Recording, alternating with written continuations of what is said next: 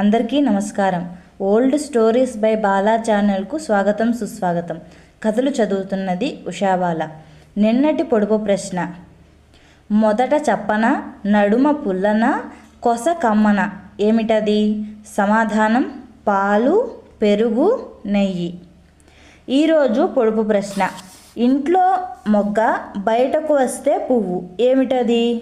మరొకసారి: ఇంట్లో మొగ్గ, బయటకు వస్తే పువ్వు, ఏమిటది? సమాధానం తెలిసిన వారు కామెంట్ రూపంలో తెలియచేయండి. ఈరోజు మన కథ వేలెడంత పొట్టెగాని కథ. ఇది ఒక జానపద కథ. ఒక ఊర్లో ఒక అవ్వ ఉండేది. ఆ అవ్వ రోజు పొద్దున్నే ఇంటి ముందు నున్నగా కసువు కొట్టి పేడ నీళ్లు చల్లి ముచ్చటైన ముగ్గులు పెట్టేది. ఒకరోజు ఇంటి ముందు కసువు కొడతా ఉంటే తెల్లని కోడిగుడ్డు దగదగా మెరిసిపోతా కనపడింది. అవ్వ దాన్ని తీసుకొచ్చి అట్టు వేసుకుందామని పొయ్యి మీద పెట్టింది. పెనం బాగా సలసలా కాగినాక పగలగొట్టడానికి గుడ్డు చేతిలోకి తీసుకుంది. అంతలో దాని లోపల నుంచి అవా జాగ్రత్త, కొంచెం నెమ్మదిగా పగలగొట్టు అని వినబడింది. ఇదేందిరా నాయన, కోడిగుడ్డు మాట్లాడుతూ ఉందని అవ్వ ఆశ్చర్యపోయి దాన్ని జాగ్రత్తగా పట్టుకుని నెమ్మదిగా పగలగొట్టింది. అంతే, లోపల నుంచి మన బొటన వేలు ఉంటుంది కదా, అంత చిన్న పొట్టెగాడు కిలకిలా నవ్వుకుంటూ బయటికి వచ్చాడు. అవ్వ వాడిని జాగ్రత్తగా చేతిలోకి తీసుకుని వేడి నీళ్లు కాచి తలస్నానం చేపించి మెత్తని బట్టలతో శుభ్రంగా తుడిచి చక్కగా పాపిడి తీసి దువ్వి ముద్దు పెట్టుకుంది. పొట్టోడుండేది వేరేడంతనే కదా, మరి వానికి బట్టలెట్లా? అందుకని అవ్వ వాని కోసం రంగురంగుల బట్ట ముక్కలు తెచ్చి చిన్న అంగి, చిన్న ప్యాంటు, చిన్న టోపీ కుట్టించింది. వాడు రంగురంగుల ప్యాంటు, అంగి వేసుకుని నెత్తిన టోపీ పెట్టుకుని మా మంచి అవ్వ అని సంబరంగా అవ్వను ముద్దు పెట్టుకున్నాడు. పొట్టోడు ఒకరోజు ఇంట్లో తిరుగుతూ ఉంటే ఒక మూలన కొన్ని చెక్క ముక్కలు కనబడ్డాయి. అవన్నీ ఒక చోట వేసుకుని ఉలి, రంపం, సుత్తి తెచ్చి కష్టపడి ఒక చిన్న బండి తయారు చేసుకున్నాడు. బండికి మంచి రంగులు వేసి పూలు కట్టినాడు. 2 ఎలుకల్ని పట్టుకొచ్చి బండికి కట్టాడు.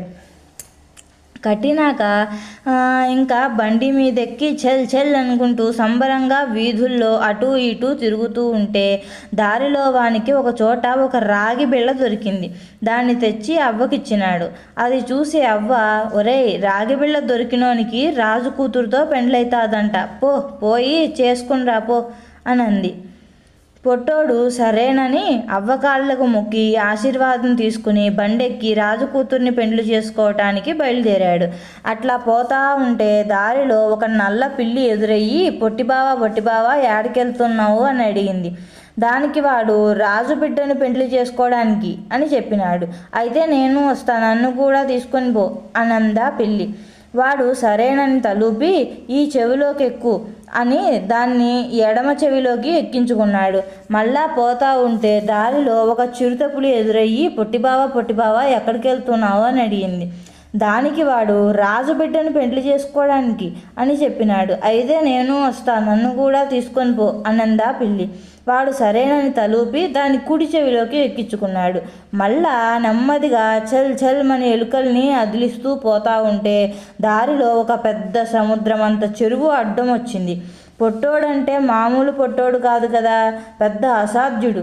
వెంటనే నోరు తెరిచి అంత పెద్ద చెరువులోని నీళ్ళన్నింటినీ ఒక్క చుక్క కూడా మిగలకుండా సై అని పొట్టలోకి పీల్చేసుకున్నాడు. మళ్ళా చల్ మన ఎలుకల్ని అదిలిస్తా సాయంత్రానికల్లా రాజ్యానికి చేరుకున్నాడు. రాజు సభలో సింహాసనంపై కూర్చున్నాడు. పొట్టోడు చక్కగా లోపలికి వెళ్తా ఉంటే భటులు అడ్డం పడి లోపలికి వెళ్ళనీయలేదు. వాడు సరేనని నెమ్మదిగా బండి వెనక్కి తిప్పి ఒక్కసారిగా చెల్లుమని ఎలుకల్ని అదిలించి కండ్లు మూసి తెరిచేలోగా భటుల కాళ్ళ సందుల్లోంచి రయ్యిన లోపలికి దూసుకుపోయి సభ మధ్యలో బండి ఆపినాడు. రాజు వాణ్ణి చూసి కండ్లెర్ర చేస్తా, ఎవర్రా నువ్వు? నా అనుమతి లేకుండా సరాసరి నా ముందుకొచ్చావు అన్నాడు కోపంగా.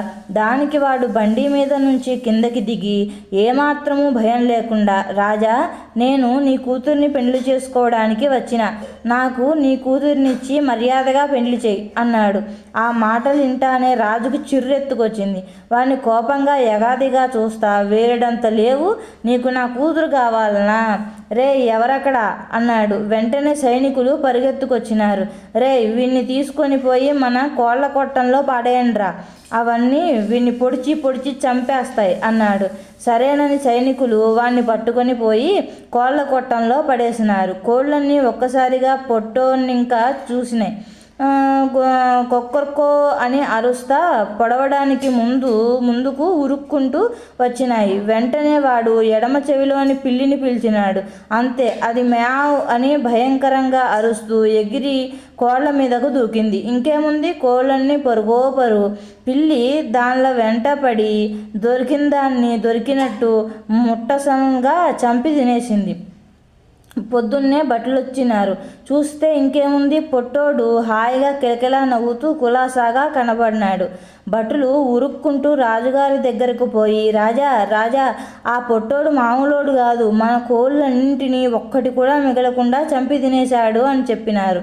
రాజుకి కోపం పెరిగిపోయింది. అట్లాగా, అయితే వాణ్ణి పట్టుకొని పోయి మన ఎద్దుల కొట్టంలో పడేయండ్రా అన్నాడు. భటులు అలాగేనంటూ పొట్టోన్ని పట్టుకొని పోయి ఎద్దుల కొట్టంలో పడవేశారు. ఎద్దులంటే మామూలు ఎద్దులు కాదు, రాజుగారి ఎద్దులు. బాగా తిని తిని బలిసి కొవ్వెక్కి ఒక్కొక్కటి ఒక్కో ఏనుగుల్లాగా ఉన్నాయి. పొట్టోడు ఏమాత్రమూ బెదరలేదు. వెంటనే కుడి చెవిలోని చిరుతపులిని పిలిచాడు. అంతే, చిరుతపులి గాండ్రిస్తా ఎగిరి ఎద్దుల మీదకి దూకింది. పులిని చూస్తానే ఎద్దులన్నీ ఉరుకు.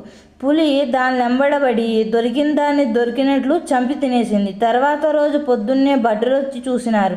చూస్తే ఇంకేముంది, పొట్టోడు హాయిగా కిలకిలా నవ్వుతూ కనబడినాడు. భటులు ఉరుక్కుంటూ రాజు దగ్గరకు పోయి, రాజా, రాజా, ఆ పొట్టోడు మన ఎద్దుల్ని కూడా చంపి తినేసినాడు అని చెప్పారు. రాజు ఆశ్చర్యపోయి, ఇట్లా కాదు కానీ వాణ్ణి తీసుకొని పోయి మంటల్లో వేసి కాల్చండ్రా అన్నాడు. భటులు పొట్టోడిని పట్టుకొని పోయి పెద్ద ఎండుగడ్డి వాము మీద పడేసి గుడ్డ నూనె తెచ్చి వామంతా బాగా చల్లి నిప్పంటించారు. అంతే, భగ్గున గడ్డంటుకుంది. అయినా పొట్టోడు ఏమీ భయపడలేదు. ఒక్కసారిగా కడుపులో దాచిపెట్టుకున్న నీళ్ళన్నీ నెమ్మదిగా వదలసాగాడు. మంటంతా ఆరిపోయింది. అయినా నీళ్లు వదలటం మాత్రం ఆపలేదు, వదులుతూనే ఉన్నాడు. దెబ్బకు ఇండ్లు, చెట్లు, పశువులు అన్నీ కొట్టుకుపోయాయి. జనాలంతా ఉరుక్కుంటూ రాజు దగ్గరికి పోయి, రాజా, రాజా, కాసేపు ఆగితే రాజ్యమంతా మునిగి అందరూ చచ్చిపోయేట్టున్నారు, నీవే ఎట్లాగైనా మమ్మల్ని కాపాడాలని కళ్ళ నీళ్లు పెట్టుకున్నారు. రాజుకి పొట్టోడు సామాన్యుడు కాదని అర్థమైపోయింది. ఉరుక్కుంటూ పొట్టోడి దగ్గరకు పోయి, తప్పైపోయింది, నన్ను క్షమించు, నా కూతురిని నీకిచ్చి పెళ్లి చేస్తా, నా రాజ్యాన్ని నాశనం చెయ్యొద్దు అని బతిమలాడాడు. అప్పుడు పొట్టోడు సరేనని నీళ్ళన్నీ వెనక్కి పీల్చేసుకున్నాడు. రాజు ఇచ్చిన మాట ప్రకారం పల్లకీ మీద పొట్టోన్ని ఎక్కించి మేళతాళాలతో రాజభవనానికి తీసుకొచ్చాడు. తరువాత రోజు జనాలందరినీ పిలిచి భూదేవంత అరుగు ఆకాశమంత పందిరి వేసి 14 లోకాలు అదిరిపోయేట్టు బ్రహ్మాండంగా పెండ్లి చేశాడు. కథ కంచికి మనం ఇంటికి. ఈరోజు మన చిట్కా, కాలిన గాయాలకు వెంటనే చేసే ప్రథమ చికిత్స. కాలిన వెంటనే ఆ కాలిన భాగాన్ని కుళాయి నీటి ధార కింద ఒక 10 నిమిషాలు ఉంచాలి. ఆ తర్వాత వెంటనే టూత్పేస్ట్ రాయాలి. ఇలా చేస్తే కొంత మంట తగ్గుతుంది.